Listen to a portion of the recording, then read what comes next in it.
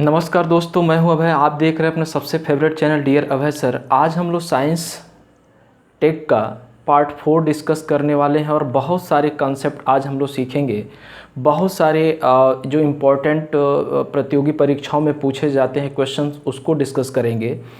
थोड़ा सा ये वीडियो हल्का सा डिफ़िकल्ट हो सकता है क्योंकि इसमें ज़्यादा चीज़ें आपको रटने वाली होंगी और इसको अगर थोड़ा सा टेक्निकली रूप से समझेंगे तो आप आसानी से इसको रट सकते हैं। तो इस वीडियो को अंत तक देखिएगा, बहुत इम्पॉर्टेंट टॉपिक है ये। आज का जो टॉपिक है बहुत इम्पॉर्टेंट है, आप इसको अंत तक देखेंगे तभी आपको फ़ायदा मिलने वाला है, क्योंकि आज का जो सेशन है बहुत इम्पॉर्टेंट है। अगर आप नए विद्यार्थी हैं तो सबसे पहले वीडियो को सब्सक्राइब कर लीजिए और बेल आइकन को प्रेस कर लीजिए, और अच्छा लगे तो आप वीडियो पे कमेंट और अपने अदर फ्रेंड्स में इसको शेयर ज़रूर करिएगा। तो चलिए हम लोग वीडियो को शुरू करते हैं। इससे पहले भी 3 वीडियो पहले से भी बन चुका है, आप वहाँ पे जाकर प्लेलिस्ट में या आप डियर अभय सर सर्च करके आप देख सकते हैं। बहुत सारे इंपॉर्टेंट क्वेश्चन मैं डिस्कस किया हूँ फिजिक्स में, साइंस में, और काफ़ी इंपॉर्टेंट है प्रतियोगी परीक्षाओं के पॉइंट ऑफ व्यू से। अगर आप SSC, bank, railway, IAS, PCS की तैयारी करते हैं, इवन एनटीपीसी, सभी में आपका साइंस का 2-4 क्वेश्चन, 5 क्वेश्चन का वेटेज हमेशा रहा है, आएगा ही आएगा। तो चलिए हम लोग बात करते हैं। देखिए, हमने बताया कि फिजिक्स के अंतर्गत बहुत सी छोटी और बड़ी राशियों को 10 के विभिन्न घातों के रूप में लिखते हैं। छोटी राशि हो या बड़ी राशि हो, हमेशा उसका जो है, जब भी आप उसका जो न्यूमेरिकल वैल्यू लिखते हैं वो हमेशा 10 के पावर के फॉर्म में लिखते हैं। ठीक है, तो आज हम लोग कुछ स्टैंडर्ड पावर्स के बारे में चर्चा करें जो अक्सर पूरे फिजिक्स में यूज होता है, और कई बार ये छोटे छोटे क्वेश्चंस आपसे पूछ लिए जाते हैं कि 1 नैनो बराबर क्या होता है, 1 मेगा बराबर क्या होता है, 1 गीगा बराबर क्या होता है, 1 डेसी बराबर क्या होता है, 1 सेंटी बराबर क्या होता है, 1 एक्टा बराबर क्या होता है। इस तरीके से आपसे पूछ लिए जाते हैं। तो चलिए हम लोग इसका एक लिस्ट हम लोग प्रिपेयर करते हैं और इसको हमारे साथ चलिए, आप आसानी से इसको सीख लेंगे। बहुत सिंपल तरीके से अंत तक बने रहिए, बहुत मज़ा आने वाला। चलिए शुरू करते हैं। देखिए, हेडिंग डालेंगे। हेडिंग हम इस तरीके से डालेंगे, 10 के विभिन्न घातों के प्रतीक। 10 के विभिन्न घातों के प्रतीक। 10 के विभिन्न घातों के प्रतीक।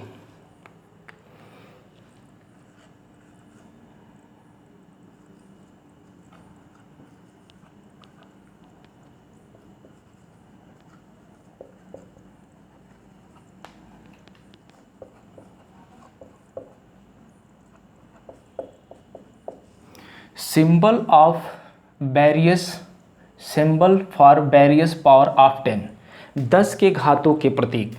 देखिए, मैं एक स्टैंडर्ड मान आपको लिखाने वाला हूं, आप इसको बहुत ध्यान से देखिएगा। बहुत अच्छा है ये, बहुत इम्पोर्टेंट लिस्ट है, आपको याद कर लेना ही चाहिए।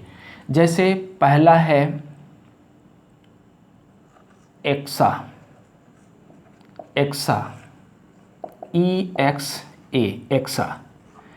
एक्सा। इसको फिजिक्स में जो ये प्रीफिक्स के रूप में यूज किया जाता है, और इसका मान जो होता है वो आपका क्या होता है, मैं आपको बता देता हूँ। इसका मान होता है 10 टू द पावर 18। क्या होता है? 10 टू द पावर 18। याद रखिएगा, एक एक्सा बराबर 10 टू द पावर 18। इसी तरीके से आता है पेटा। पेटा जो होगा PETA, पेटा, इसका जो मान होगा 10 टू द पावर 15। इसी तरीके से होगा पेटा। उसके बाद होगा टेरा, इसका मान होगा 10 टू द पावर 12। इसी तरीके से गीगा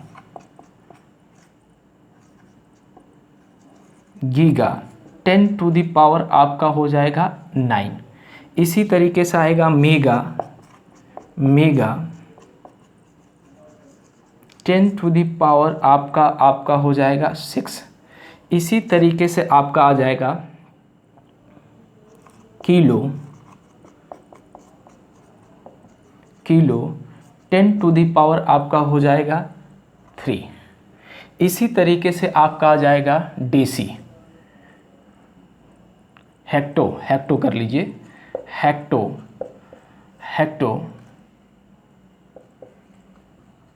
हेक्टो और इसका जो मान होगा वो हो जाएगा 10 टू द पावर 2। और फिर आता है डेका, तो इसका जो मान होगा 10 टू द पावर 1। तो इस तरीके से आपसे इस चार्ट को याद कर लेना है, बहुत महत्वपूर्ण है।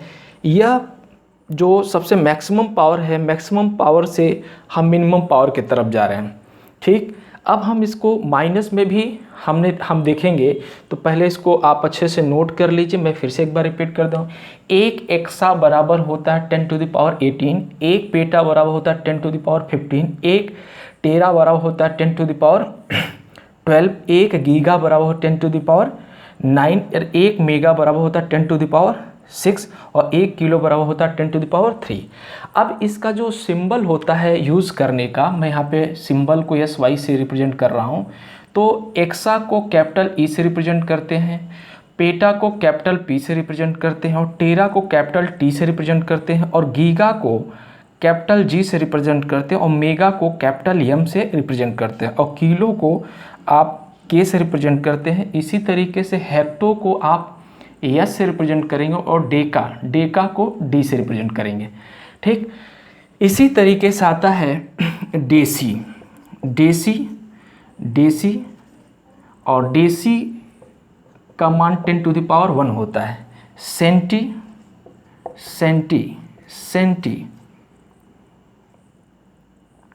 सेंटी का जो मान होगा वो 10 टू द पावर -2। इसी तरीके से मिली का जो मान होगा, इसका मान होगा 10 टू द पावर 3। इसी तरीके से माइक्रोन, ठीक है ना, या माइक्रोन, तो माइक्रोन बराबर 10 टू द पावर आपका हो जाएगा 6, 10 टू द पावर -6। इसी तरीके से आएगा नैनो, आप नाम सुने होंगे, एक नैनो बराबर होता है 10 टू द पावर -9। इसी तरीके से आगे हो जाएगा पीको, PI, ठीक है ना, पीको 10 टू द पावर आपका हो जाएगा 12। तो इस तरीके से इसको नोट करिए, नीचे शायद दिखेगा नहीं इसलिए मैं इसको छोड़ देता हूँ। ठीक है, तो इस तरीके से आप इसको नोट कर लीजिए। आगे भी हम इसको ऊपर से मिटाते हैं और आप देखें। तो आपने देखा एक हेक्टो बराबर क्या होता है 10 टू द पावर 2, एक डेका बराबर 10 टू द पावर, एक डेसी बराबर 10 टू द पावर -1, एक सेंटी बराबर 10 टू द पावर -2, एक मिली बराबर 10 टू द पावर -3, एक माइक्रोन 10 टू द पावर -6, और एक नैनो बराबर 10 टू द पावर -9, और एक पीको बराबर 10 टू द पावर 12। देखिए, बहुत महत्वपूर्ण बातें मैं बता रहा हूँ। कुछ विद्यार्थियों के पल्ले थोड़ा कम पड़ेगा और आपको ये लग रहा है कि मैं क्या पढ़ा रहा हूँ। दरअसल आसान चीज़ सभी टीचर्स पढ़ा लेते हैं, लेकिन ये सारी चीज़ें जो चार्ट वाली चीज़ें होती हैं, इसको लोग PDF के माध्यम से आपको प्रोवाइड करा देते हैं, लेकिन वाइट बोर्ड पर लिखना एक बहुत बड़ी बात होती है। और ये मैं आप सभी को पढ़ाने से पहले खुद सारी चीज़ों का अध्ययन करता हूँ, तब मैं आप सभी को बताता हूँ। ठीक है, तो आप इसको ध्यान से देखिए और ये बहुत इम्पोर्टेंट है। ठीक है ना। नेक्स्ट देखिए, आप सभी को काम पढ़ाने के लिए काफ़ी मेहनत किया जाता है, ऐसे यहाँ पे वाइट बोर्ड पे आके चीज़ें नहीं लिखी जाती हैं। ठीक है, तो अगर आप मेरे मेहनत को सार्थक बनाना चाहते हैं तो प्लीज़ इस वीडियो को सभी ग्रुपों में शेयर करिए। ये वीडियो आप सभी के पास जो है फ्री ऑफ कास्ट पहुंच रहा है, तो अगर आप इस चीज़ को न देख के फर्जी की चीज़ों में आप अपना टाइम वेस्ट करेंगे तो कोई मतलब नहीं है।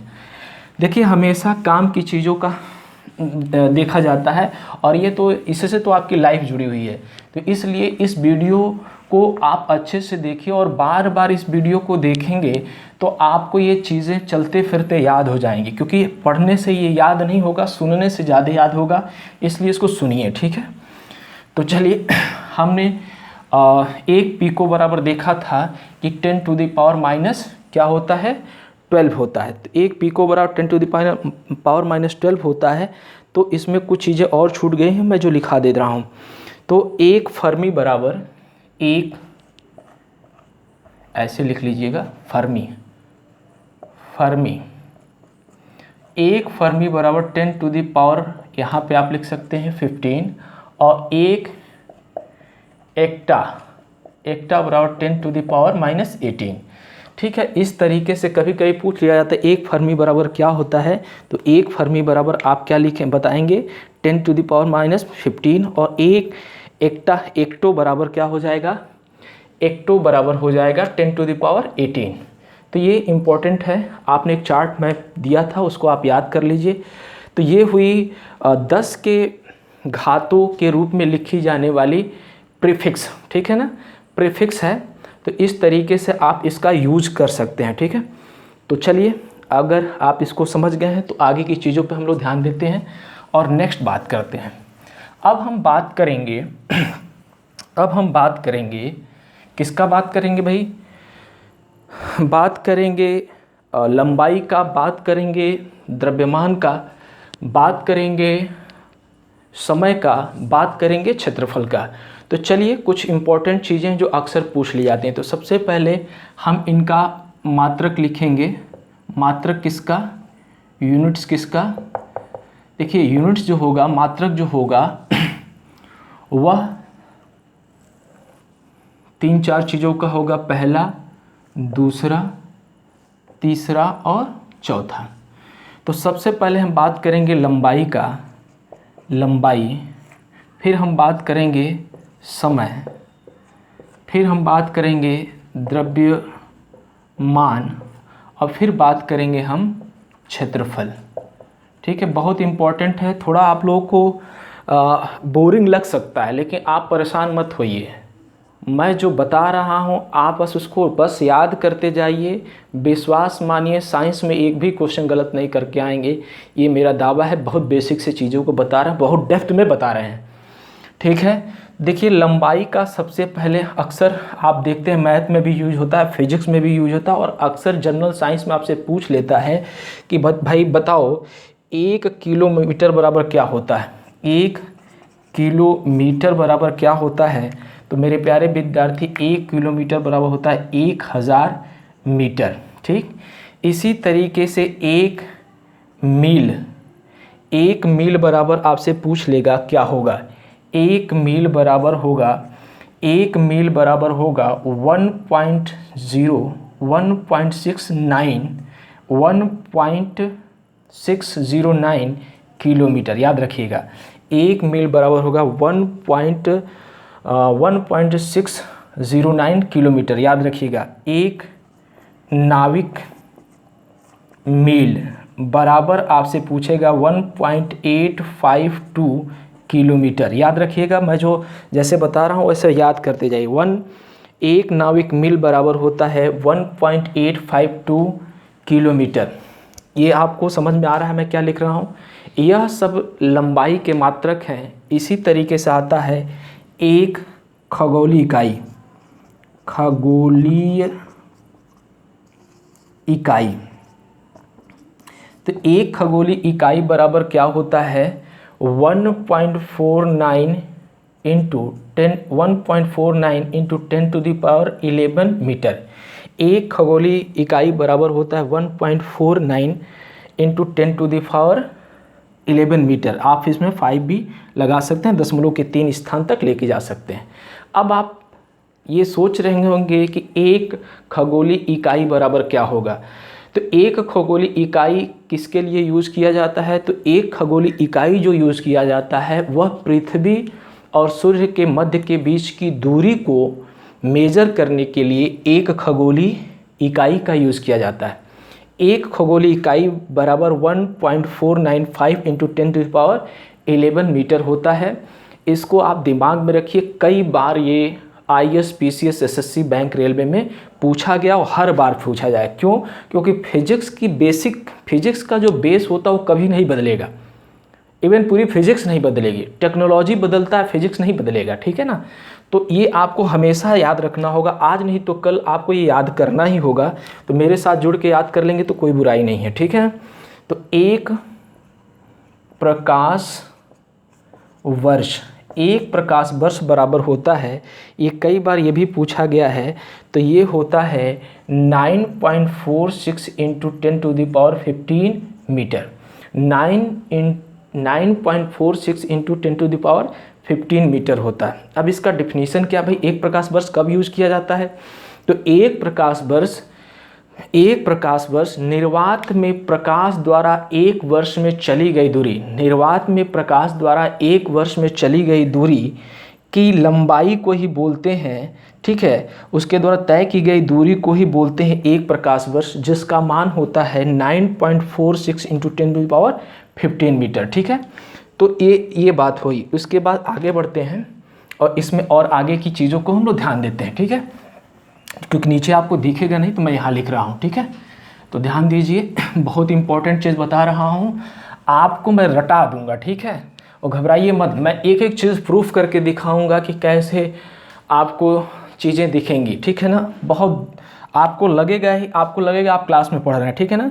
तो एक प्रकाश वर्ष बराबर 9.46 इंटू 10⁻15।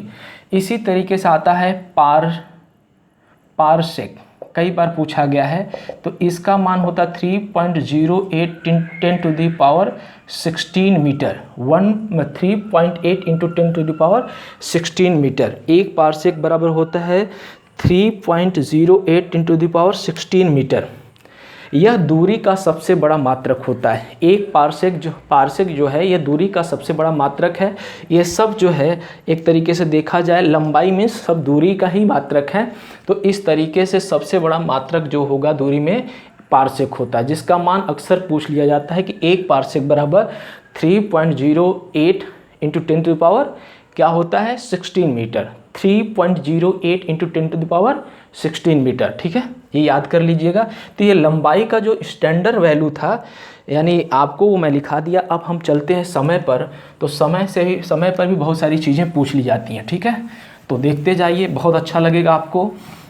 वीडियो को शेयर करते जाइए, और आप सभी का प्यार और समर्थन काफ़ी अच्छा लग रहा है, मिल रहा है, और मुझे भी बहुत अच्छा लग रहा है आप सभी के लिए मेहनत करने के लिए। आप लोग लाइक भी करते हो, सब्सक्राइब भी करते हो, वीडियो को अंत तक देखते हो, तो इससे मेरा भी हौसला बढ़ता है आप सभी के लिए कुछ किया जाए। और जितने भी गरीब विद्यार्थी हैं, कमज़ोर विद्यार्थी हैं, वो उनके पास इस वीडियो को ज़रूर शेयर करिए, सभी ग्रुपों में शेयर करिए। विश्वास मानिए, एक दिन मैं इसी लाइव क्लास के माध्यम से 3-3 घंटे के नॉन स्टॉप क्लासेस लूँगा। 5-5 घंटे का लेक्चर होगा, फिजिक्स का होगा, केमिस्ट्री का होगा, बायोलॉजी, जियोलॉजी, इनके कई सारे सेगमेंट हैं। इसके पहले वाले जो 3 वीडियोस को ज़रूर देख लीजिएगा, और मैथ्स के भी काफ़ी वीडियो मेरे पड़े हुए हैं, वो देख लीजिएगा। आने वाले पॉलिटी होगा, हिस्ट्री, ज्योग्राफी, आपको सब मिलेगा, ठीक है। देखिए, तो चलिए अब हम लोग बात करते हैं समय का। समय का मात्रक क्या होता है? टाइम, जिसको बोलते हैं टाइम। तो देखिए, टाइम में अगर हम बात करेंगे तो टाइम में सबसे पहले तो आप ये जान लीजिए कि 1 मिनट बराबर 1 मिनट, अक्सर कुछ विद्यार्थियों को ये भी नहीं पता, 1 मिनट बराबर होता है 60 सेकेंड। 60 सेकेंड, 1 मिनट बराबर क्या होता है 60 सेकेंड। इसी तरीके से 1 घंटा बराबर होता है आपका 60 मिनट। क्या होता है 1 घंटा बराबर 60 मिनट। तो अगर 60 मिनट 1 घंटा बराबर 60 मिनट होता है, तो 1 घंटा बराबर कितने सेकंड होंगे? तो ये हो जाएगा 3600 सेकंड, ठीक है ना, 3600 सेकंड। इसी तरीके से आपसे ये पूछ लिया जाएगा कि एक दिन बराबर क्या होगा? तो एक दिन जो होगा वो 24 घंटे का होता है ना। एक दिन होगा वो 24 घंटे का होगा। एक दिन बराबर होता है 24 घंटे। एक दिन बराबर क्या होता है 24 घंटे। इसी तरीके से एक सप्ताह बराबर 7 दिन। एक सप्ताह बराबर क्या होता है 7 दिन। एक सप्ताह बराबर 7 दिन। इसी तरीके से आपसे पूछ लिया जाएगा एक चंद्रमास। एक चंद्रमास बराबर होता है 28 दिन। याद रखिएगा, कई बार पूछा गया है ये, जहाँ पे इम्पोर्टेंट होगा हम आपको बता देंगे। एक चंद्रमास बराबर 28 दिन। एक चंद्रमास बराबर 28 दिन, या आप बोल सकते हैं 4 सप्ताह। एक चंद्रमास बराबर 28 दिन या आपका 4 सप्ताह इसको बोल सकते हैं, ठीक है। इसी तरीके से आता है एक सौर मास। एक सौर मास बराबर 30 या 31 दिन, ठीक है। 30 या 1 दिन वेरी वेरी इंपॉर्टेंट है अगर मैं सर्कल में कर रहा हूँ, ठीक है ना। एक सौर मास पर, क्योंकि ये सब चीज़ें तो सभी जानते हैं, एक सौर मास बराबर 30 या 31 दिन आप कह सकते हैं, ठीक है ना। अगर मान लीजिए महीना जो है आपका फरवरी का होगा तो 28 से 29 तारीख आप ले सकते हैं। एक वर्ष बराबर आप जानते ही हैं, एक वर्ष बराबर 365 दिन होता है और एक वर्ष बराबर 13 चंद्रमास और 1 दिन होता है। तो एक वर्ष बराबर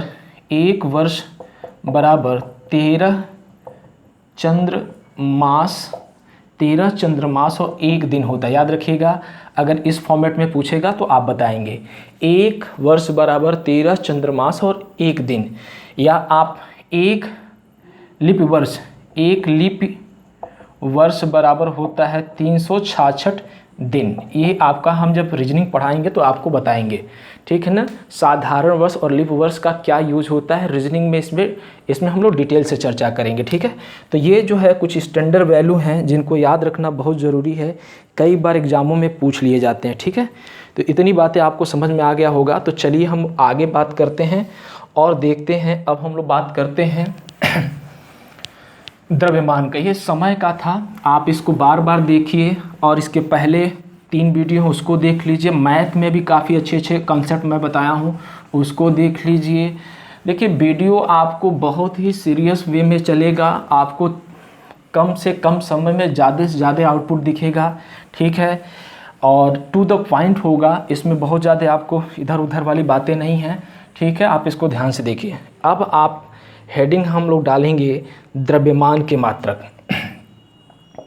द्रव्यमान के मात्रक, ठीक है, द्रव्यमान के मात्रक।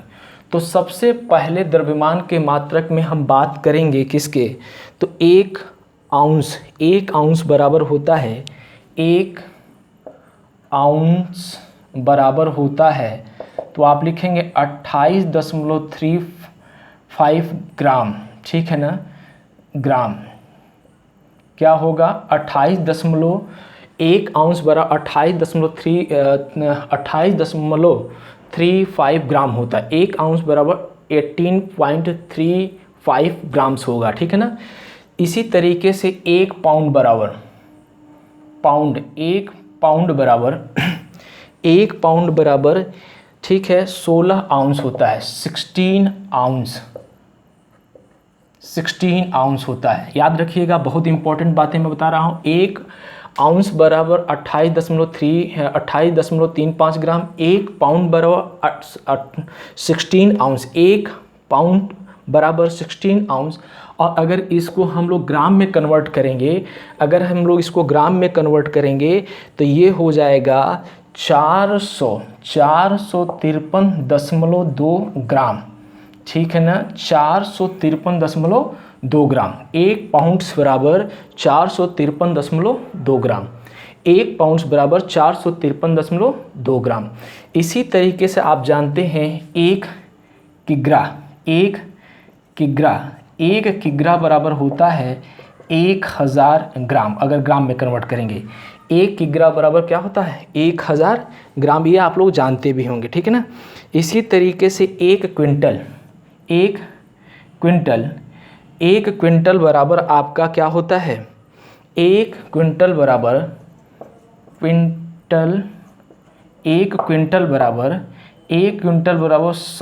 किग्रा। 1 क्विंटल बराबर क्या होता है, 100 किग्रा। 1 क्विंटल बराबर 100 किग्रा। याद रखिएगा, 1 क्विंटल बराबर क्या होता है 100 किग्रा। 1 क्विंटल बराबर 100 किग्रा। इसी तरीके से 1 मीट्रिक टन बराबर क्या होता है, 1 मीट्रिक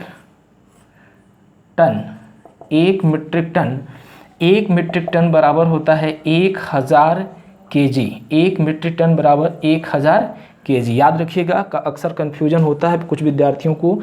1 मीट्रिक टन बराबर 1000 केजी और 1 क्विंटल बराबर 100 किग्रा। 1 किग्रा बराबर 1000 ग्राम और ये सारी चीज़ें, ये स्टैंडर्ड वैल्यू है, आपको याद रखना चाहिए। चलिए, तो ये द्रव्यमान के बारे में भी आप सीख लिए जो स्टैंडर्ड वैल्यू अक्सर पूछे जाते हैं। तो चलिए अब हम लोग बात करते हैं क्षेत्रफल के मात्रक। क्षेत्रफल के मात्रक क्या होता है? जैसे आप लोग जानते हैं, खेत खलिहान में जाते हैं, अक्सर आप ज़मीन खरीदने जाते हैं तो आप सभी को बड़ी प्रॉब्लम होती है, आप समझ ही नहीं पाते हैं कि 1 एकड़ बराबर कितना होता है और 1 हेक्टेयर बराबर कितना होता है ना। तो चलिए आज हम लोग कुछ स्पेसिफिक जो पूछे जाते हैं वही सारी चीज़ों डिस्कस करेंगे। वैसे तो बहुत कुछ होता है। 1 एकड़ बराबर होता है 1 एकड़ डायरेक्ट। देखिए गांव, अगर शहर में रहने वाले हैं, शहर के स्टूडेंट हैं, तो अगर आपके पास खेती बाड़ी से लगाव नहीं तो आप इसको नहीं समझ पाएंगे। 1 एकड़ बराबर होता है 4840 वर्ग, 4840 वर्ग गज, ठीक है ना, 4840 वर्ग गज। 1 एकड़ बराबर 4840 वर्ग गज होता है, ठीक है। और इसी तरीके से 1 हेक्टेयर बराबर होता है 1 हेक्टेयर बराबर 2.4, ठीक है ना, एकड़। 1 हेक्टेयर बराबर 2.5 कर लीजिएगा, 2.5 एकड़, ठीक है ना। 1 हेक्टेयर बराबर 2.5 एकड़ बहुत इंपॉर्टेंट है। अक्सर विद्यार्थी कंफ्यूज हो जाते हैं और आपको कंफ्यूज नहीं होना है, ठीक है ना। इसी तरीके से 1 वर्ग किलोमीटर बराबर होता है 1 वर्ग, ठीक है, किलोमीटर बराबर होता है 1 वर्ग किलोमीटर बराबर होता है मेरे प्यारे विद्यार्थी, वो क्या होता है 100 हेक्टेयर, 100 हेक्टेयर, ठीक है ना। क्या होता है 100 हेक्टेयर। 1 वर्ग किलोमीटर बराबर 100 हेक्टेयर होता है, याद रखिएगा। 1 वर्ग किलोमीटर बराबर 100 हेक्टेयर। 1 हेक्टेयर बराबर 2.5 एकड़, 1 हेक्टेयर बराबर 2.5 एकड़। इसी तरीके से आपसे पूछ सकता है 1 वर्ग मील बराबर कितने एकड़। तो 1 वर्ग मील बराबर कितने एकड़, 1 वर्ग मील बराबर कितने एकड़, तो 600 आप लिख सकते हैं 40 एकड़, 640 एकड़, ठीक है ना। तो 1 वर्ग मील बराबर, ठीक है, क्या हो जाएगा 1 वर्ग मील बराबर 640 एकड़। तो इस तरीके से आप इसको समझ सकते हैं, ठीक है। इसी तरीके से आयतन के भी मात्रक को हम लोग देख लेते हैं, बहुत इम्पॉर्टेंट है और आप इसको 100% देखिए, बार बार देखिए, सारे वीडियो को देखिए, तभी आपको मज़ा आएगा। तो आयतन के मात्रक, आयतन के मात्रक, ठीक है ना। आयतन के मात्रक में आप लोग चर्चा किसका करेंगे, तो हम लोग कुछ देखेंगे। आप देखते हैं जब भी कोई सामान लेने आप जाते हैं मार्केट में, तो आप हमेशा लिक्विड वाली चीज़ों को लीटर में लेते हैं, न कि किलो में लेते हैं। कुछ लोग किलो में भी लेते हैं, लेकिन स्टैंडर्ड वैल्यू हमेशा लीटर में ही होती है। तो 1 लीटर बराबर कितना होता है, 1 लीटर बराबर कितना घन सेंटीमीटर होता है, इसको हम बताते हैं। तो 1 लीटर बराबर 1 लीटर बराबर 1000 घन सेंटीमीटर, 1000 घन सेंटीमीटर या सेंटीमीटर क्यूब। 1 लीटर बराबर 1000 सेंटीमीटर क्यूब, या इसको आप बोल सकते हैं सीसी, ठीक है ना। 1 लीटर बराबर 1000 सेंटीमीटर क्यूब, 1 लीटर बराबर 1000 सेंटीमीटर क्यूब। इसी तरीके से कभी कभी आप सामान गैलन में लेते हैं, ठीक है ना। तो 1 गैलन बराबर क्या होता है, तो 1 गैलन बराबर आपको याद रखना होगा कि 1 गैलन बराबर होता है 3.785 लीटर। 1 गैलन बराबर 3.785 लीटर। 1 गैलन बराबर 3.785 लीटर। 1 गैलन बराबर 3.785 लीटर। तो आज का वीडियो यहीं पे, क्योंकि वीडियो काफ़ी बड़ा हो जाएगा तो आप स्किप करते हैं। आप वीडियो को बार बार देखिए, कोई दिक्कत नहीं, आपके कंसेप्ट सही हो जाएंगे। आपका पूरा साइंस, ठीक है, मैं कवर करा दूंगा, साइंस एंड टेक्नोलॉजी, आपको टेंशन नहीं लेना है, बस इसको सरसरी नज़र से आपको देखते रहना। आज बस इतना ही, थैंक यू।